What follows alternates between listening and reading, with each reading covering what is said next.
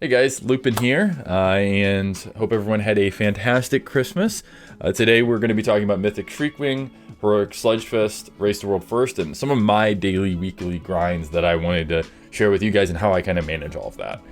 So first off, let's start off with Mythic Shriekwing. We managed to down it, Reckless did, on Monday the 21st, and then also again actually on Wednesday the 23rd. The biggest difference being that the echoing sonar that Shriekwing does, those little white diffs that float around, you're only able to see them if you have the Bloodlight debuff, which is actually the lantern that's sitting on the ground that can be moved. When it is moved, the reticle around it grows pretty significantly, and it applies it to everyone within range, and then for every second that you spend in it, the Bloodlight debuff actually stacks. So that's kind of a healing intensive mechanic if whoever's on lantern duty doesn't keep an eye, or if people are stepping into it when they shouldn't be. So what we did was we had Conch on Monday take lead on that one, and he actually was the one that was doing it for the kill on Monday, and then myself, I did it on Wednesday when we went for the re-clear. Overall, it really wasn't too bad, I'll say. It just has to be something that another mechanic that you as the lantern holder have to keep an eye out for, and then also you as the player, if you're not in charge of lantern duty and you see that your debuff fell off, stepping into that lantern too. So pretty neat first encounter. We said, I would say about 12 attempts, I think it was, before we managed to get the kill on Monday, and then it only took us maybe 7 or 8 on Wednesday. So this will just be a boss that we end up farming pretty consistently, and it's got some decent gear too. I know it has that really good Shriekwing trinket for melee DPS that comes off of, so I'm sure some of our guys are going to be looking for that. Also too, I mean, we managed to snag the kill on Monday with Heroic Sludgefest, which is another very difficult fight in my opinion. A lot of these heroic encounters, just the way that they're tuned, especially as we get closer to these end ones. Tomorrow, Monday the 28th, we're going to be going back, I believe, to Heroic, trying to get the Blood Council kill and the re-clear of Sludgefest, then move into Generals and Sire, because Generals and Sire do drop some pretty nice eye-level loot compared to the rest of the raid, and which is pretty common with most end raid bosses. But fantastic night overall on Monday. Wednesday we got the re-kill on Shriek and managed to clear up into 6 out of 10 on Heroic, so good job to the team on that. We're starting to hit our rhythm, I think, and find that and get some more of this loot, which is overall just kind of helping the progression move from there. Race to World First is over. Part of me releasing the video last week was a little late on getting this one, but Limit managed to snag that kill on Wednesday at about 5 p.m. Eastern. Congratulations to them, and I hope that they were able to enjoy the Christmas with their families. And then I believe Echo also managed to get the second kill on Sire just before Christmas, I want to say. Don't know the exact time on that one. Really, that's it from a kind of raid guild perspective with where we're at and any updates. Overall gearing has kind of slowed down for me a little bit on the Druid. It managed to do some really nice 10 keys yesterday, Saturday, with the team. So really boosted my IO. That was fantastic to see. And just nice to kind of get in there. This is a very good week to be pushing, in my opinion. The Spiteful at Fix is very easy to manage, as a Druid at least. And as long as your team kind of keeps an eye out for it, it's very easy. Grievous is a pain, obviously, but you just need some decent heals for that. And then overall too, I mean, Fortified can be tricky with some of the other dungeons like Necrotic Wake. Plaguefall got a little tricky for us, but we managed to get that 2 chests of 10 for that as well.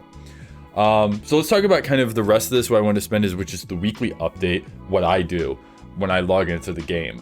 In the past, especially BFA, I noticed Legion a little bit too. It was very like chore related, meaning you'd log on and you felt like there were 10 things that you had to do before you could actually start playing the game. So what I did today was I actually just recorded myself, and it's going to be playing in the background of me logging on for the first time during the day, and then what I do from there. So the first thing I generally do is I always do my Ardenweald daily, since that's my covenant of choice. I siphon anima to the whatever conductor that I'm looking to do. I pick up my callings for the day too, which I'll talk about in a second. And then I just start making my rounds. I complete all the world quests that are related to my anima conductors, because there is the Court of Night and Miasmas, I think is how you say it. There are 2 areas I can earn reputation to as a Covenant, Nightfang Covenant member. And then really from there, I go to the Maw, get what I need to get done in the Maw done, and then that's it. That really is anything related to player power is the Maw, I would say, and even the Daily Covenant stuff necessarily isn't really related to player power. That's all me getting anima or reputation to essentially buy cosmetics. So none of that is actually required per se. Maybe the Maw, just because you could be farming Stygia and rep with Venari to actually get in there and to actually, get sockets. And that's it, mostly. So with that being said, that really is what I do. But how I track it, I want to spend a little bit of time about how I track it. I use an app called Todoist that I'll throw up on the screen right now. That actually has a lot of things on it. I use it for both my personal and my professional life on keeping up with things, even in World of Warcraft. So a lot of the chores that I had up here are actually off of it, but you can see there's even 2 things on here related to what I'm doing right now with this video.